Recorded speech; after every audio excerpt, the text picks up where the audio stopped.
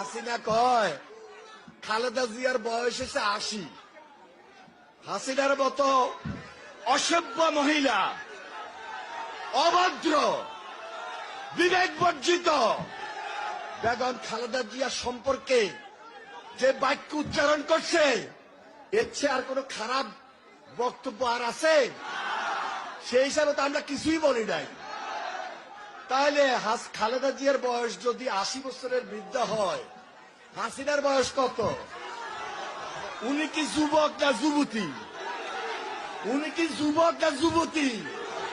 ওনার লগে কি ড্যান্স করা যায়? ওনার লগে ড্যান্স করে কারা? যাদের সঙ্গে স্বামী স্ত্রীর সম্পর্ক,